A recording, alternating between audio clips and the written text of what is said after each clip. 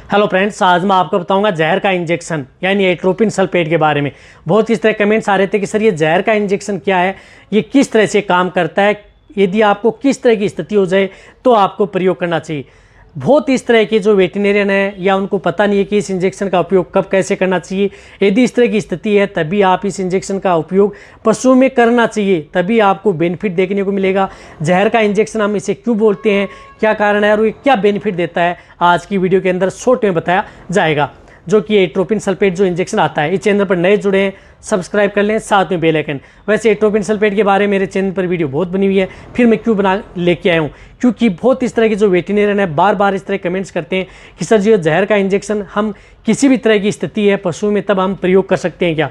बिल्कुल भी नहीं। यदि आपका पशु किसी भी तरह की यदि कोई स्थिति है तो आप इसको आप कंटिन्यूटी प्रयोग नहीं कर सकते। ये किस तरह की कंडीशन में प्रयोग किया जाता है, क्योंकि ये एक इमरजेंसी इंजेक्शन होता है। वैसे भी जितने जो वेटरनरियन देख रहे हैं, ये इंजेक्शन आपके बैग में ज़रूर एनी टाइम रहना चाहिए, क्योंकि ये इमरजेंसी कैटेगरी के अंदर ये इंजेक्शन आता है।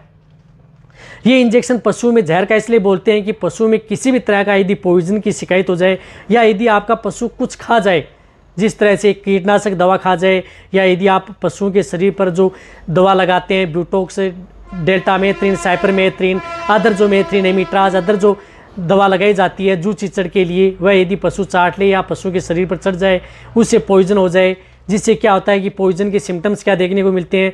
पशु गोल गोल घूमता है, मुंह से लार आती है बहुत ज़्यादा मात्रा में, पशु उड़ता बैठता है, पेट दर्द की भी शिकायत पशु में देखने को मिलती है, पशु में कई जगह स्वेलिंग भी आ सकती है। तो उस तरह के केस में आप इस इंजेक्शन का प्रयोग इमरजेंसी के तौर पर कर सकते हैं। या किसी तरह का यदि कोई पॉइजन पड़ा है उसको खा लिया, या कुछ इस तरह का घास यदि पशु खा गया, उसके अंदर पॉइजन की शिकायत है, साइनाइड पॉइजनिंग की शिकायत हो जाए, जैसे कच्ची ज्वार से होता है या अदर कोई इस तरह का पेड़ पौधे होते हैं, उसकी वजह से भी पशुओं में अचानक पॉइजन की शिकायत हो जाती है, जिसके कारण अचानक देखा होगा कि आपकी भेड़ बकरियों में पेट फूल जाता है, पेट में पानी सा भर जाता है और बकरियां चिल्लाती हैं, फिर मौत हो जाती हैं।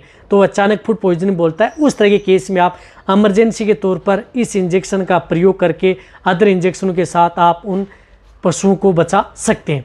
ये इंजेक्शन क्या करता है कि पशु की हार्ट बीट को तेज़ करता है।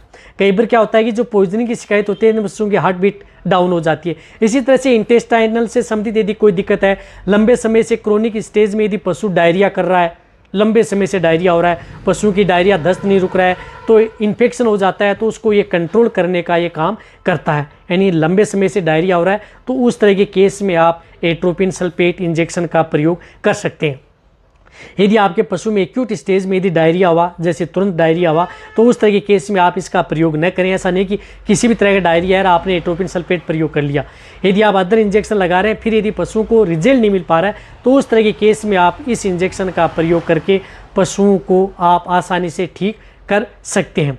तो इस इंजेक्शन की डोज क्या होती है? इस इंजेक्शन की जो लार्ज एनिमल्स हैं, बड़े पशु हैं जिनका बॉडी वेट 300 से 500 केजी तक है, उससे आप 15 ml से लेकर के 20 ml इंट्रामस्कुलर व इंट्रावेनस दोनों रूट से ये इंजेक्शन पशु में लगता है।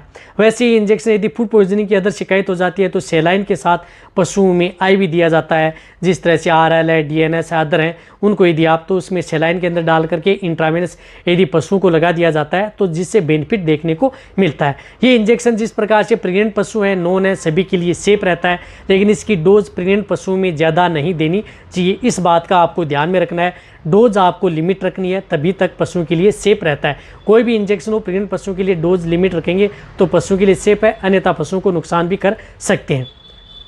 इस तरह से इस इंजेक्शन को हम जहर का इंजेक्शन बोलते हैं। तो ये वीडियो जितना हो सकता है पशुपालक वेटरनरियन है उनके साथ शेयर करें। इसी तरह की वीडियो आपको चैनल पर ऐसे ही मिलती रहेंगी। इसी तरह से वीडियो देखते रहें। थैंक्स, धन्यवाद।